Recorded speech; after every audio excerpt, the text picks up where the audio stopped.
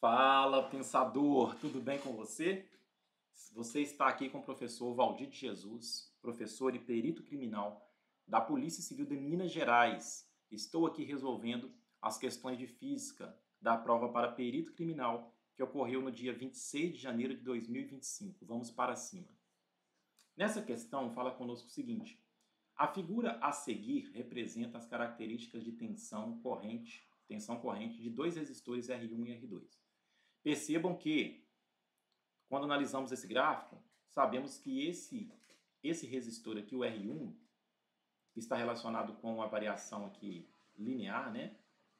Ele se trata de um resistor ôhmico. E esse resistor 2 é não ôhmico, por não ter uma relação linear entre a tensão e a corrente. Legal? Show de bola. Para alimentá-los, dispõe-se de um gerador ideal, isto é, de resistência interna desprezível.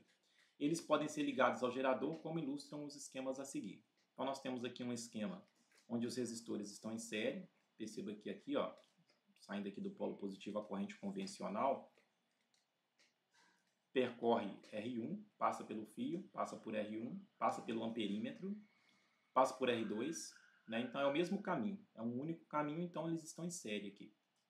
E aqui, no esquema 2, eles estão em paralelos, porque a corrente convencional, saindo aqui do polo positivo, passa pelo amperímetro. Quando chega nesse ponto, ela se distribui, passando uma parcela dela pela resistência 1 e outra parcela pela resistência 2. Legal? Show de bola. Suponha desprezíveis as resistências dos fios de ligação, ou seja, não há queda de potencial, queda de tensão quando passa pelos fios, uma vez que nós estamos considerando que a resistência dos fios de ligação são desprezíveis. Legal.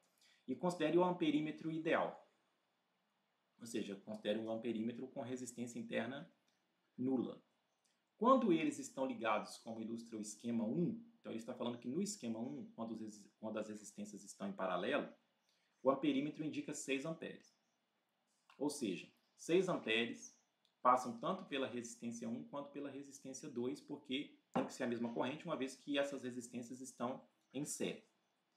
Legal? Show de bola. A partir daí, nós já entendemos o seguinte. Deixa eu fazer um esquema aqui para ficar melhor para vocês entenderem. Olha só, vou fazer um esqueminha aqui. Eu vou representar esse mesmo modelo 1 de uma forma que talvez ficará mais didático para vocês entenderem. Então aqui, ó. Estou redesenhando o esquema 1 de uma forma que acredito que ficará mais prático de explicar para vocês. Legal? Então, show de bola. Então, veja bem, eu tenho aqui, ó, resistência 1 em série, eu não mudei nada, tá? Eu representei de uma forma mais didática. Resistência 2, e nós temos aqui um amperímetro, aqui, ó. Isso aqui é o modelo 1 ali, o esquema 1. Veja bem que nos foi fornecido, anunciado, que passa uma corrente aqui, ó, é fornecida uma corrente para esse esquema de 6 amperes. Como eles estão em série, sabemos que a mesma corrente passa pela resistência 1 e pela resistência 2. Ao procurarmos aqui nesse gráfico essa corrente aqui de 6 amperes, perceba que ampere aqui, ó, está representado no eixo horizontal, no eixo das abscissas. Se nós procurarmos esses 6 aqui, ó, esses 6 amperes aqui, ó, aqui, e ligarmos nos gráficos, percebam que nós encontramos esse ponto aqui e esse ponto aqui, ó. Ou seja, analisando os pontos, nós verificamos aqui, ó, que para a resistência 2, que corresponde a esse gráfico curvo aqui, ó, a resistência 2, quando a corrente é 6 amperes, a voltagem, a tensão, corresponde a 12 volts. Então, para 6 amperes de corrente, a tensão para a resistência 2, 12 volts. Então, aqui, ó, vou representar isso aqui para vocês entenderem. Então, aqui, ó, 12 volts de diferença de tensão para a resistência 2. Para a resistência 1, que está associada ao gráfico linear aqui, ó, percebam que para a corrente de 6 amperes, a tensão 36 volts. Então, aqui, ó, tensão de 36 volts. Logo, a tensão total aqui será 36 volts mais 12 volts, ou seja, 48 volts. Então, essa bateria, né, a que está fornecendo aqui, ó, a corrente, né, gerando esse gerador, né, dessa corrente aqui, nesse esquema, ele gera essa tensão aqui, essa diferença de potencial de 48 volts, perfeito? E aqui fala conosco o seguinte, já quando eles essas resistências, né, estão ligados, como ilustra no esquema 2, no esquema em paralelo, o amperímetro indica. Então veja bem, o que está falando aqui, ó, voltando aqui em cima, para alimentá-los, dispõe-se de um gerador ideal, e eles podem ser ligados ao mesmo gerador, porque não falou que mudou o gerador, seja ao mesmo gerador, como ilustram os dois esquemas. Então, em ambos os esquemas é o mesmo gerador.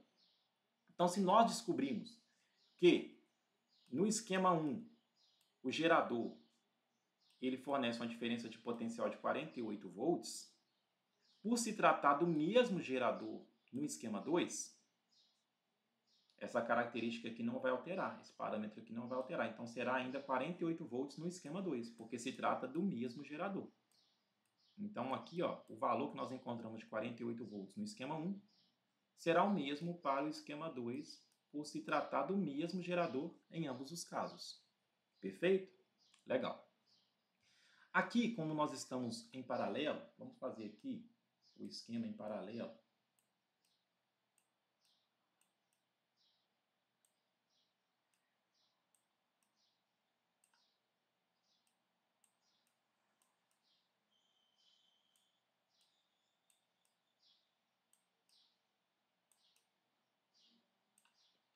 Nós temos um perímetro aqui, ó.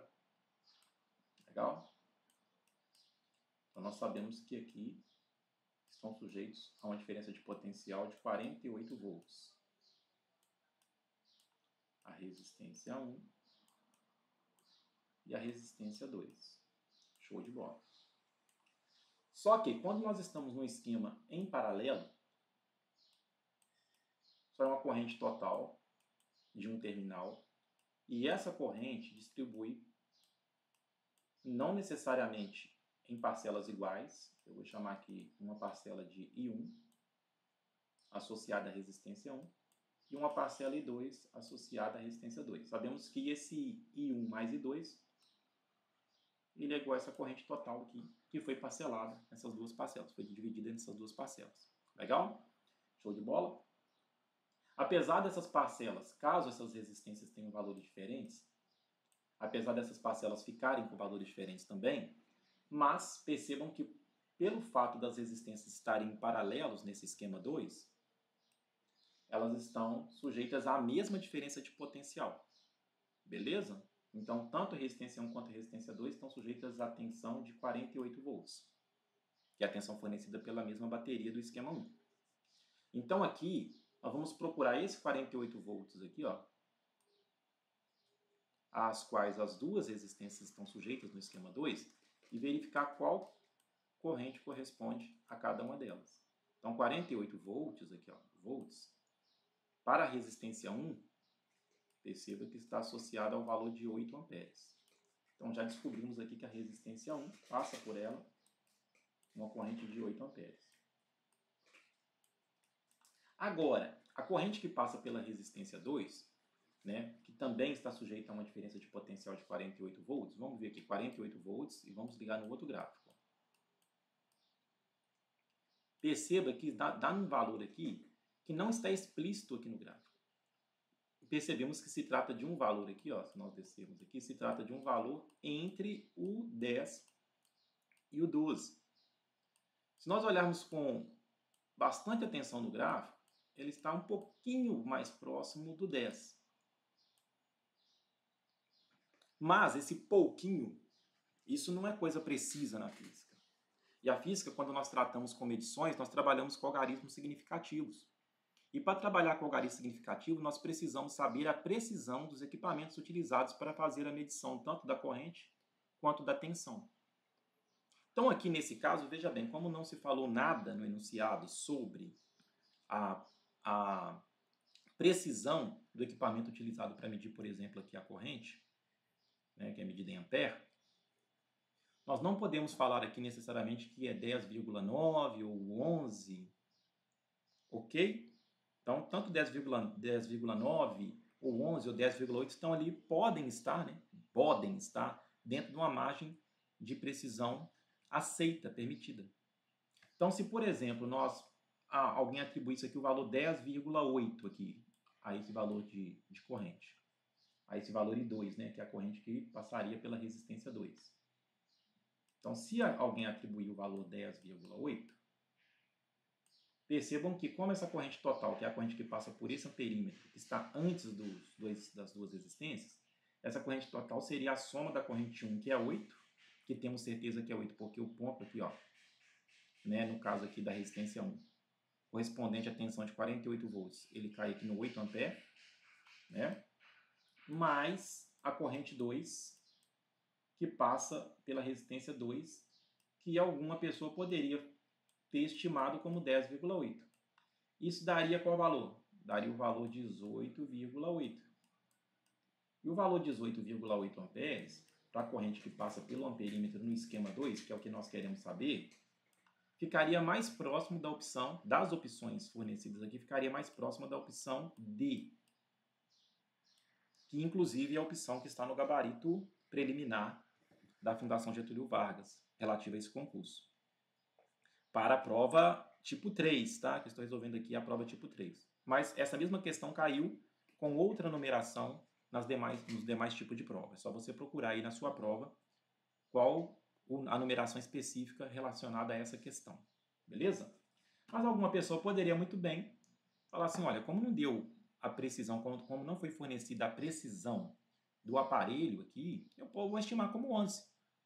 Então, se ela colocasse aqui, ó, na corrente 2, ao invés de aproximar por 10,8, colocasse 11 amperes, adicionando a corrente 1 com a corrente 2, para chegar na corrente I, né, que é a corrente que passa pelo amperímetro, nós chegaríamos em 8 amperes, que é o valor da corrente 1, mais 11, que é o valor da corrente 2, chegaríamos em 19 amperes. E aí ficaríamos no impasse, porque 19 amperes se trata exatamente do valor médio entre o 18 amperes, que está na opção D, e 20 amperes, que está na opção E. Logo, essa questão deve ser cancelada. Cancelada, exatamente por esse fator que eu estou acabando de apresentar. Inclusive, eu procurei verificar se havia alguma questão da própria Fundação Getúlio Vargas com esse tipo de enunciado. E, vamos lá, olhem só, essa prova aqui é da Fundação Getúlio Vargas, Secretaria de Educação do Estado de Pernambuco, do ano de 2016, para professor de Física, ok? E caiu uma questão praticamente igual, pedia praticamente a mesma coisa, ok? Vamos fazer essa questão? Então a questão lá já está resolvida, eu só estou fazendo essa questão para você ver que nesse caso, a Fundação Getúlio Vargas ela não vacilou em colocar o gráfico num ponto que fosse factível do concurseiro resolver sem ter nenhum questionamento.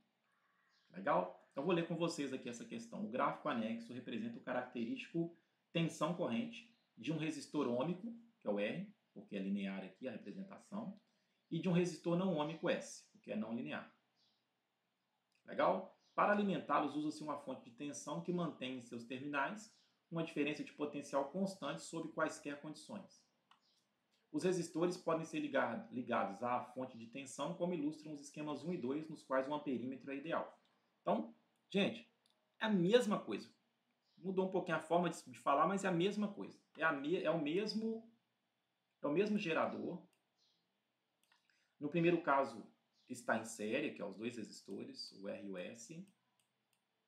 No segundo caso, o segundo esquema, estão em paralelo. Vocês estão percebendo que é a mesma coisa? Percebam que aqui, ó, você tem um amperímetro em série, que o amperímetro tem que ser ligado em série, né, com as resistências às quais nós desejamos calcular a corrente que passa por elas.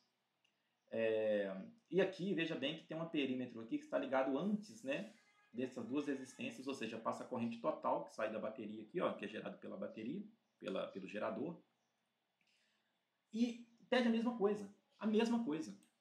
Então a Fundação Getúlio Vargas, ela provavelmente reaproveitou essa questão, mudou um pouquinho ali a forma de falar, mas está falando a mesma coisa para essa prova da Fundação Getúlio, da Fundação Getúlio dela mesma, né, para perito criminal, que ocorreu no ano de 2025.